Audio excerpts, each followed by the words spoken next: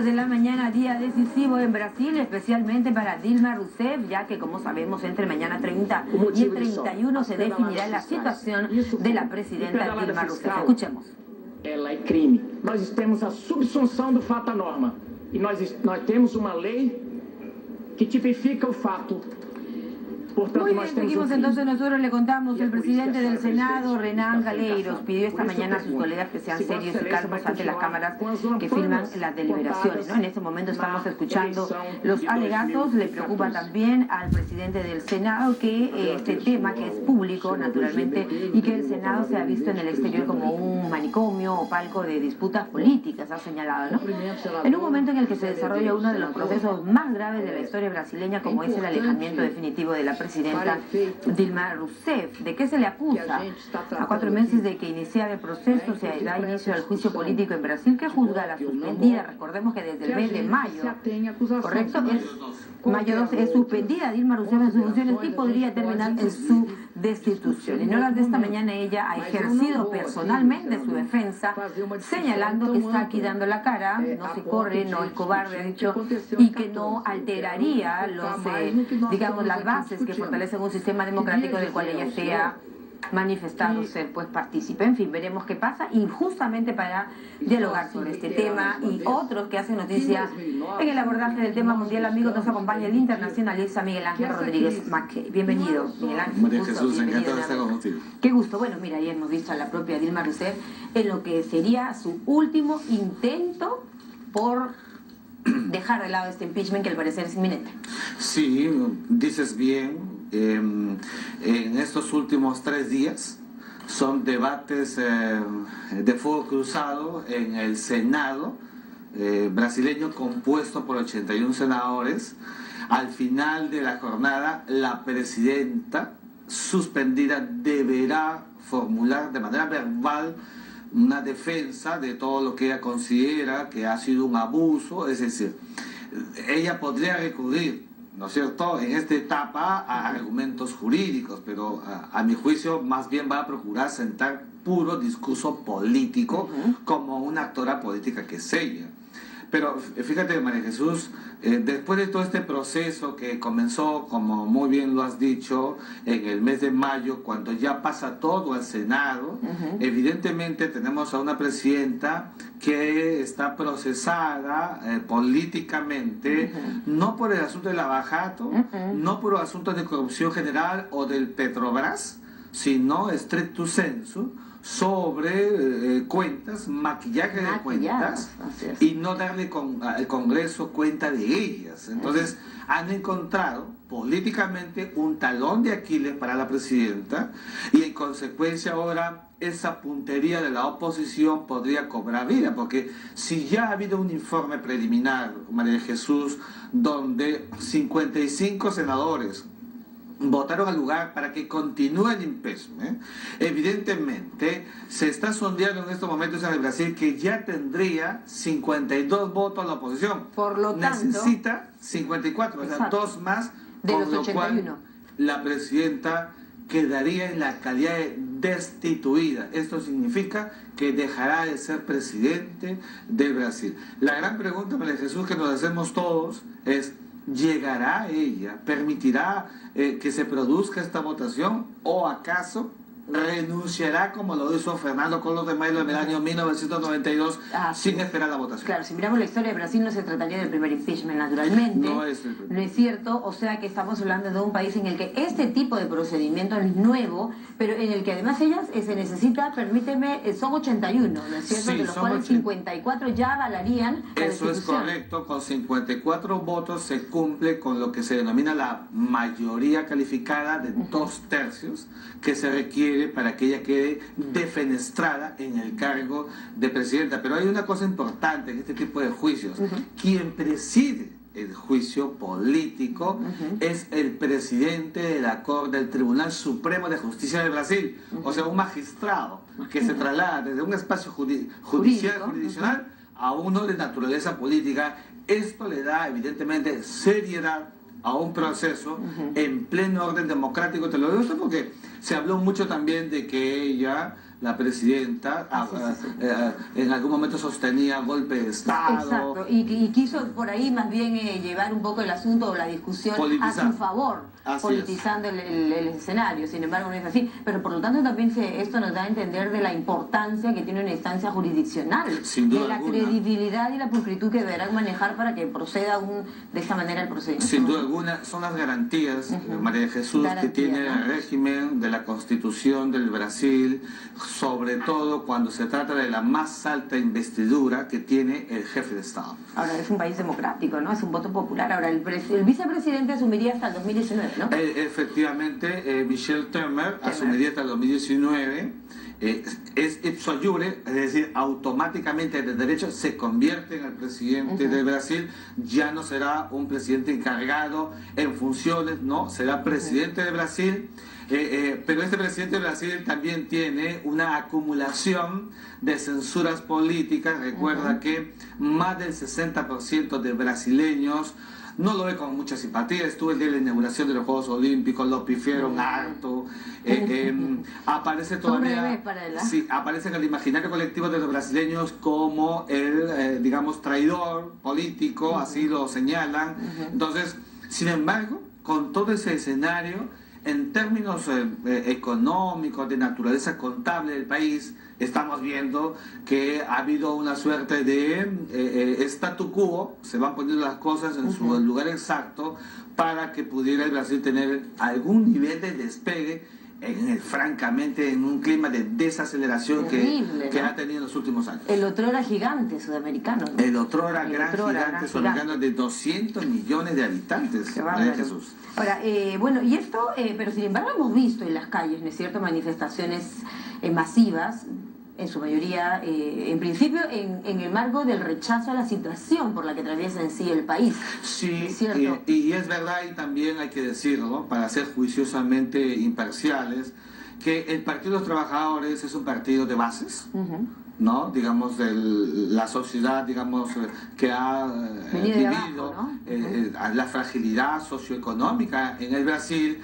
Y tiene también a un carismático como Ignacio Lula da Silva, el mentor político de Dilma. La señora Dilma. De manera que, digamos, políticamente, por eso decía al comienzo, la presidenta utilizará un discurso político para buscar este equilibrio siempre, aun cuando está en un momento muy, pero muy crudo, muy difícil para ella, ¿no? Crucial. Sin embargo, siempre mira ultra activamente el futuro de lo que le puede esperar a ella en el clima político de su país. Tú lo señalabas anteriormente, Miguel Ángel, es una actora política, ¿no? Es una actora política esencialmente. Algunas personas le señalaron a Dilma en el nombre del padre, en el sentido de esa seguidilla hacia el gobierno de Lula da Silva. ¿Qué pasó? Sí.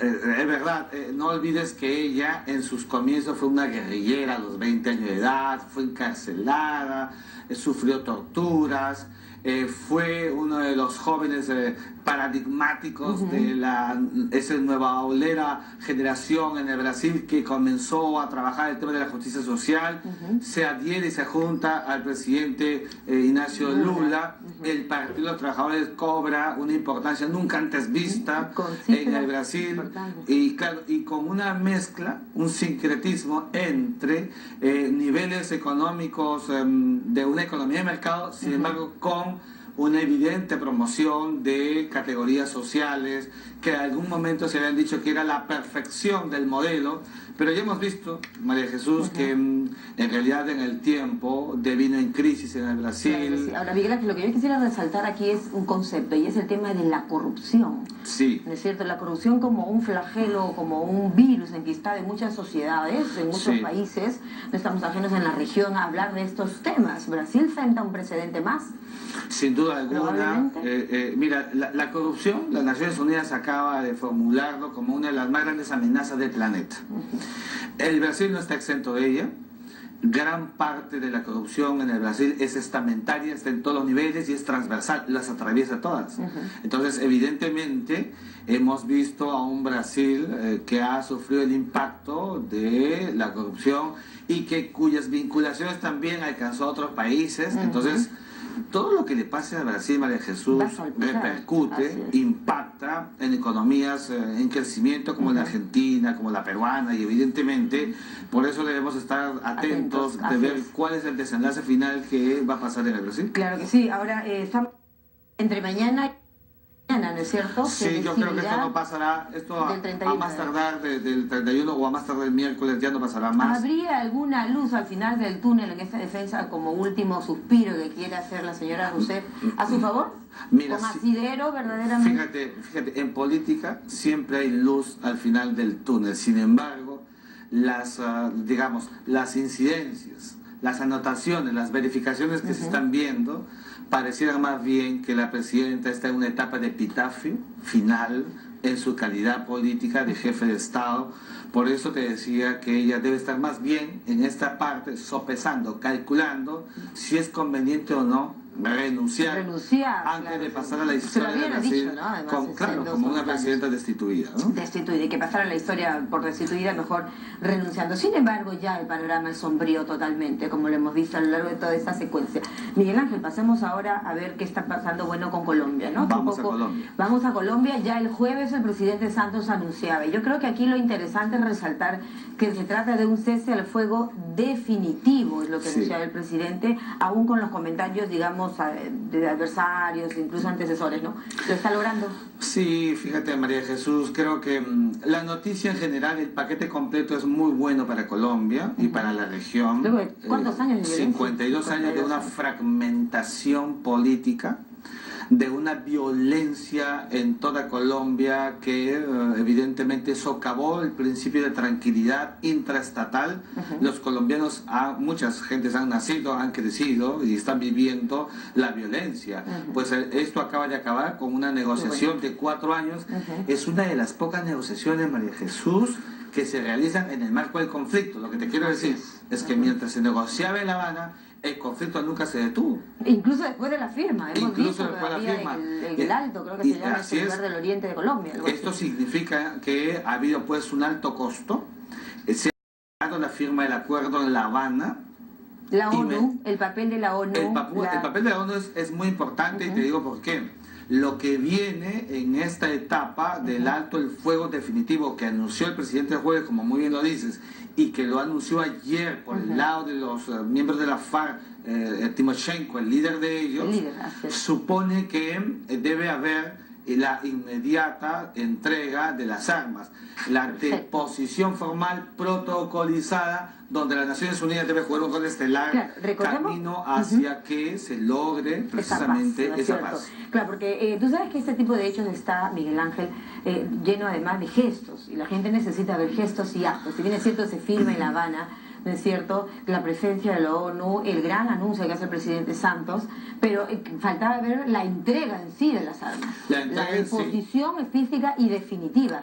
Por eso te mencionaba el papel de la ONU. El rol de la ONU aquí es preciso, es categórico, pero además, María Jesús, recuerda que antes del 2 de octubre, que es la fecha para el plebiscito, donde va a ser consultado el pueblo colombiano a fin de legitimar el proceso, deberá firmarse el acuerdo, y el presidente Santos ha manifestado de que le gustaría que en ese contexto se pueda contar con el mayor número de jefes de Estado de la región para darle pues ese espaldarazo político que requiere un asunto de esta naturaleza. Entonces, el 80% de los colombianos dicen que para salir de este proceso y aprender a convivir en un clima de paz, educar a la sociedad colombiana de la paz, pues tendrán que primero pasar por superar el estrago del perdón. Hay que aprender a perdonar. Y eso significa, María Jesús, que tiene que haber pues intencionalidad manifiesta de querer hacerlo. Pero lo que pasa es que la gente muchas veces, y los políticos y el pueblo en general, se ha mostrado ciertamente escéptico en relación a la verdadera voluntad por parte de las FARC. Bueno, y ellos, permíteme un acápite, un poco condicionaban el aspecto al tema de las cárceles y los presos. ¿Cómo Sí. queda este punto en la negociación? Tú has tocado el tema central, yo diría que es el tema que tocó más, el más sensible y el que demoró más en la negociación, que es el tema de evitar la impunidad. O sea, lo que más le preocupaba a los colombianos es que con 220.000 muertos, con 8 millones de desplazados, con 70.000 desaparecidos, María Jesús, se firma un acuerdo de la noche a la mañana y ahí queda todo y seguimos viviendo como si nada hubiera pasado. No. Lo que pide el pueblo colombiano es que se evite la impunidad y para eso la fórmula es que aquellos que hayan tenido una participación activa en la comisión de delitos, pues de buena fe lo digan. Si es así, habrán para ellos medidas de seguridad, no la cárcel. Esto es un avance porque tiene que producirse este avance, y aquellos que lo niegan, que lo oculten, entonces sí tendrán penas privativas de libertad hasta de 20 años.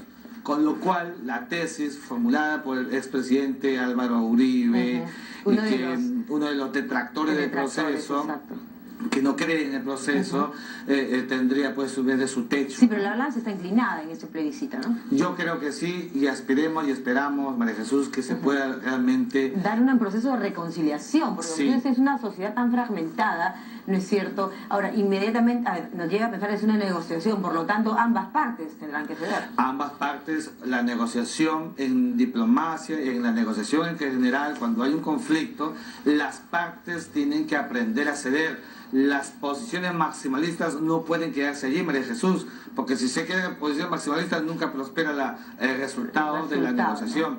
Entonces, por ejemplo, las FARC ahora se incorporarán a la vida civil, serán un partido político, y entonces el pueblo de Colombia, la sociedad nacional, tendrá que abrir las puertas porque no les van a pedir pues el certificado de antecedentes penales a quienes han tenido una participación activa en esta guerra de guerrillas.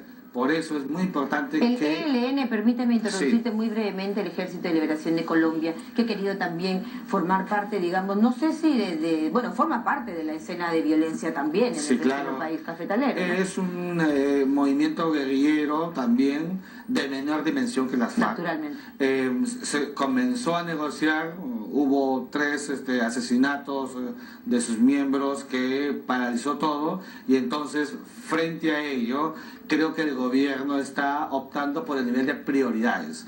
En segundo plano, en segundo lugar, cuando se haya consolidado la paz con las FARC, seguramente va a ser abordado porque el objeto final es que Colombia viva una paz permanente. Terminar con este proceso de más de medio siglo de confrontación en este país. Bueno, vamos a Venezuela, Miguel Ángel. Venezuela es un país que preocupa, y no solo que preocupa naturalmente a los venezolanos, y nosotros los peruanos tenemos muchos parientes seguramente en Venezuela. ¿Qué va a pasar con Venezuela? Se alienta este proceso de revocatoria hasta el 13 o 12 de septiembre, se anunciará ya el aspecto ya más, digamos, centrado en la recolección de firmas para revocar a Maduro, pero ¿cómo vislumbras tú este objetivo? Yo lo veo bastante sombrío, a pesar que soy un hombre optimista, María Jesús, lo que sucede es que hemos visto cómo de manera espontánea la gente en Venezuela salió en el mes de abril a juntar las firmas y solamente requerían 200.000 y recolectaron cerca de 1 millón. Entonces el presidente Nicolás Maduro ha puesto óbices, obstáculos en el camino, estratégicos. Que controla el país. Controla todo el aparato funcional del país. ¿Para qué? Para que se evite un acto de revocatoria en el 2016, con lo cual, si se produce el próximo año, y él es revocado, asumiría su vicepresidente y él mantendría el poder. Ese es el final, finalmente lo que está buscando el presidente. Ahora, en Venezuela es diferente, ¿no? Aquí, por ejemplo, tenemos la estructura del presidente, vicepresidentes, allá es diferente. ¿Cómo es esta organicidad, digamos? El jefe de Estado, el presidente, pero el vicepresidente, que es prácticamente un títere del presidente de la República, en realidad no tendría los avatares que podría necesariamente contar un vicepresidente de la República, donde Nicolás Maduro tiene todo pertrechado para que pueda digitalizar a quien eventualmente asuma la presidencia del país. Cuando el poder está en manos de un gobierno autocrático que controla todo, María Jesús, es muy difícil pensar que lo que vamos a ver la próxima semana tenga algunos visos de optimismo respecto a lo que le pueda esperar a una Venezuela, ¿no? que lo que se quiere finalmente es que se produzca democráticamente una traslación del poder, pero tenemos un presidente en Venezuela recalcitrante que mantiene 99 presos políticos y evidentemente crea toda una situación de inseguridad social permanente. Permanente, que el mundo entero ve, pero que nadie puede hacer nada. Y digamos ellos asentando su queja sobre la derecha del país. Sí, y creo que es importante que la acción internacional cobre cada vez más vida. No solamente como lo ha hecho el presidente Pedro Kuczynski, que debería también hacerlo otro presidente de la región, decir abiertamente que le preocupa la situación de Venezuela y que hay que crear espacios solidarios. Pero los líderes de la oposición están saliendo, ¿no? Están tratando de llegar. ¿Por qué? ¿Qué van a encontrar? Ese eco que buscan va a ser realmente algo no solo viable, sino tener resultados eficientes para cambiar las cosas. Yo creo, fíjate, los líderes de la oposición, el señor Capriles, que es el mayor de todos, ha sido candidato a la presidencia, es consciente y sabe muy bien que cualquier resultado, pues, en función de lo que ellos buscan, desde adentro ya no puede ser. Y por eso vino al Perú. Exacto, se reunió con el presidente tuvo la gentileza de recibirlo, y seguramente otro jefe de Estado también lo va a hacer, para recrear desde afuera conciencia internacional de lo que significa la situación en Venezuela, y se puede adoptar de una vez el artículo 20 de la Carta Democrática Interamericana. Ese era el siguiente punto, ¿no? Lo que vimos en Estados Unidos sobre la Carta Democrática de Venezuela y este artículo, ¿qué facultades entrega para poder liberar prácticamente a los venezolanos de esta situación? María Jesús, de la Carta Democrática Interamericana, que es la Carta de la OEA firmada en el Perú en el 2001, el 11 de septiembre, significa que el secretario general de la OEA está facultado para hacerle ver al Consejo Permanente de Cancilleres de la OEA para que se pueda abordar la situación en un país cuando existe una circunstancia, una situación interna que se torna insostenible e insuperable en términos democráticos. Correcto. Y por esa razón es que ya debería abordarse en este nivel, en esta dimensión, el asunto de Venezuela, además de otros espacios, como puede serlo legítimamente el UNASUR y otros más. Pero, ¿y UNASUR? ¿Qué papel podría jugar aquí UNASUR? Creo que UNASUR tendría que buscar esa resonancia que se espera, ¿no? Sí, y yo creo que UNASUR debería entrar ya en un proceso mayor de reingenierías, dejar un poco lo que fue esa etapa de politización, de ideologización, protocolares, y pensar más bien que lo que le pasa a Venezuela es un asunto de todos. No hay país paria en la región, María Jesús.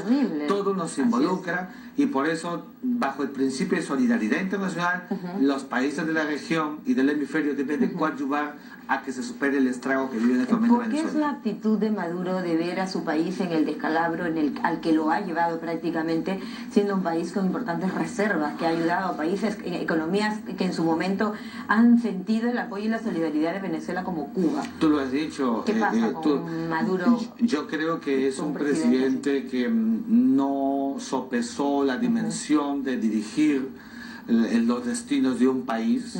Fíjate, Hugo Chávez, con sus aciertos y sus desaciertos, fue un hombre que llevó al país en un proceso importante. Estados Unidos, cada vez que Hugo Chávez ganó las 3 elecciones, fue el primero en decir que las ganó bien. Nunca nadie podría seriamente decir que el gobierno de Chávez fue una dictadura, porque fue un gobierno autocrático. Aún cuando hubo democracia. Mucho asistencialismo, ¿no? Mucho asistencialismo, es verdad, pero este gobierno está denodado por los márgenes de la incapacidad, y entonces de la verticalidad, pareciera. Así es, y las gentes salen a las calles porque reclaman, porque en los mercados no hay que comer, porque en las farmacias no hay que medicina. Y lo que es aún peor, no permite muchas veces, por ejemplo, el tema de liberar fronteras para poder ayudar con la medicina, los alimentos. Pareciera entonces que un mandatario debe amar a su nación, amar a su población. Amar a su país, preservarla, ¿no? Preservar y sobre todo ser realista. ¿Y los derechos humanos cuándo juegan aquí, cuánto cuentan o no existen? Muchísimo.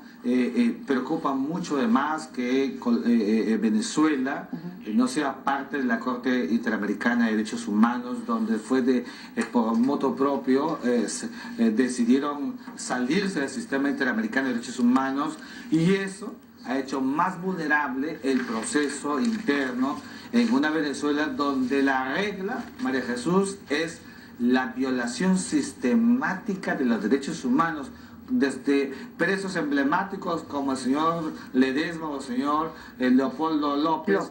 Y hasta una playa de jóvenes estudiantes universitarios que salieron a las calles para pedir justicia, pan, y el día de hoy se encuentran presos, doblegados, algunos de ellos en Ramo Verde, que es la cárcel que se ha convertido en el símbolo de la autocracia. Y hay que resaltar la actitud del Perú, ¿no? Como régimen democrático. Por eso, sin duda alguna, el Perú es un país democrático y el presidente de la República ya ha dado las señales de que la política exterior peruana sobre Venezuela será de irrestricto respeto de los derechos de la democracia que corresponde en nuestras relaciones y en nuestras vinculaciones internacionales. Bueno, Miguel Ángel, el mundo entero hoy nos ha dado muchas noticias, ¿no? Habíamos hablado de Colombia, de Venezuela, evidentemente, de México tendríamos que decir que ha fallecido Juan Gabriel, ¿no es cierto también? Fíjate, más de una canción te dejará en el recuerdo. Pero claro, pero además mundo, Juan Gabriel, mira, yo soy un fanático de Pedro Infante, y estoy diciendo que Juan Gabriel es el otro gran divo que ha producido México, porque México produce pocos divos, muchos pero ya cantantes. Quedan muy pocos, ¿ah? Muy pocos. Juan Gabriel? Y Juan Gabriel marcó una época, un hombre querido y amado por todos, cuya muerte sensibiliza a toda la región, todo el mundo, y vamos a tener que ojalá su muerte, escuchar sus porque canciones. ¿crees que pueda en algo cambiar el mensaje? Porque estamos hablando del Divo de Juárez, y Juárez es una zona tan convulsionada en México, violenta.